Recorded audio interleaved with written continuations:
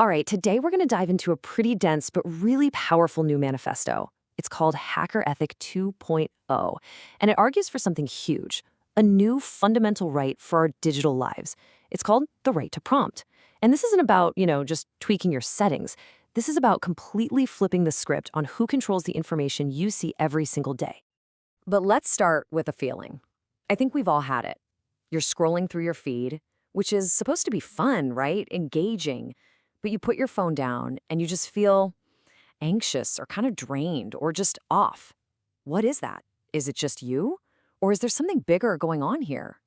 Well, according to this manifesto, that feeling is not an accident at all. It's the result of a system that is literally engineered to produce a kind of psychological injury. And that's the absolute key takeaway. If the harm is part of the design, then we have a fundamental right to change that design. Okay, so to understand a cure, we first have to really properly diagnose the sickness. So this first section is all about putting a name to the problem, getting into the specific mechanisms inside the feed that are causing all this strain.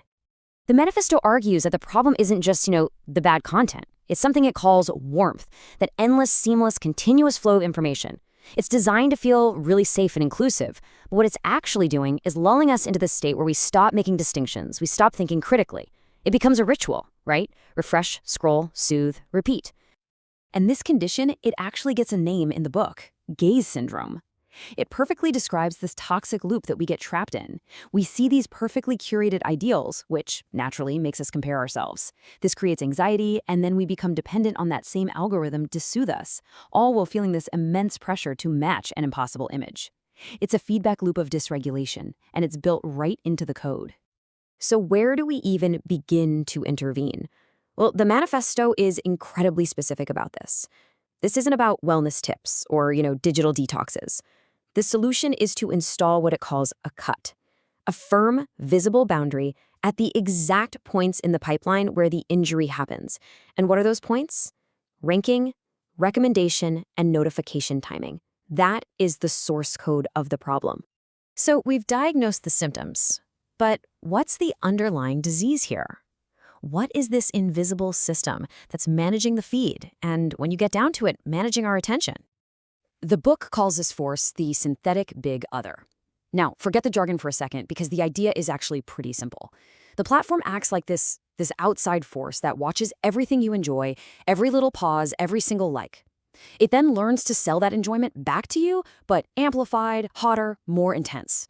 It starts telling you what you should want, not through logic, but just through sheer, overwhelming repetition. And this whole thing happens through a really clear, three-step pipeline. First, the system captures your signals, every swipe, every pause, every click.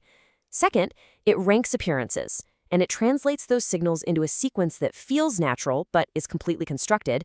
And third, it times its intrusions, notifications, autoplay, to inject more of what it has already decided you should be wanting. This right here, this is the machine that produces gaze syndrome. This brings us to two totally opposing design philosophies. The current model is what the book calls the maternal screen, a soft, seamless experience that promises to take care of you by hiding all the controls, all the levers. The alternative is the paternal function. Now, this doesn't mean it's authoritarian. It means providing care through clear, visible boundaries. It's about giving the user a real, functional off switch, the power to actually say no. So, if the problem is a system that hides its levers, the solution has to be a right that exposes them. And that brings us to the core proposal of this whole manifesto, the right to prompt. So what is promptability? You got to think of it like a constitutional right for the internet. It's your right to ask your feed a direct question, to see the exact logic it used to answer, and to get a result that you can then keep or modify or reject entirely.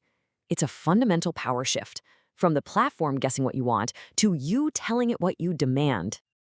To really understand why this matters so much, the manifesto uses this really powerful analogy. It starts with heat. Heat is novelty, excitement, the raw energy of new information. It's the glow. It's what grabs our attention and makes us look in the first place. But heat, by itself, is just a blur. It's just a warm flow. To create any kind of meaning, you need a cut. Cuts are the visible decisions. They're the boundaries and the criteria that give shape to all that heat. A cut is what turns an endless stream into a defined, answerable view. Cuts are what decide. And finally, you have chains. Chains are what make those decisions last. A chain is the public record of the cuts. It's the memory of the distinctions that we've made. And this is the key. True meaning doesn't come from the momentary glow of heat. It comes from the chain that remembers the cuts. Okay, so this is a fascinating theory, right? But how do you actually build it? This final section is all about moving from these abstract ideas to concrete stuff, proposing real tools for what the book calls a cooler room, an interface that actually respects our attention. So the manifesto proposes 4 primitives. You can think of them as the basic building blocks for a healthier feed. First up is the derivation inspector, which we're about to explore. Then there's proof before boost, which is a rule requiring transparency before something gets amplified. Third is the unfinished lane, a space for your own drafts and ideas totally separate from the public feed. And finally, the entropy alarm, which is a gentle alert when you've been scrolling in a loop for too long. These are the actual tools to build a better system. Let's really focus on the most important one here, the derivation inspector. Just imagine a button right there, next to everything you see. You click it, and it reveals the entire process. It would show you the original question or prompt that generated this view, the exact criteria used to rank it, and the cuts, what was included and what was excluded. This isn't transparency as some vague promise, it's legibility as a functional tool. It's the why am I seeing this button, but with a real, usable answer. And all of this builds up to the manifesto's powerful closing call to action. Reclaim your chain. Prompt your timeline. It's an instruction. Reclaim the memory of your own decisions. You've got to stop being a passive spectator of the glow and become an active worker of the chain. It's a demand to turn your timeline from something that happens to you into something that responds to you. So we'll end by turning that right back to you. If you had this power, this right to prompt, what would you actually ask your timeline? What hidden rules would you want to finally see? What kind of world would you ask it to show you? It's a question that's really worth thinking about, because according to this manifesto, it's a right you should already have.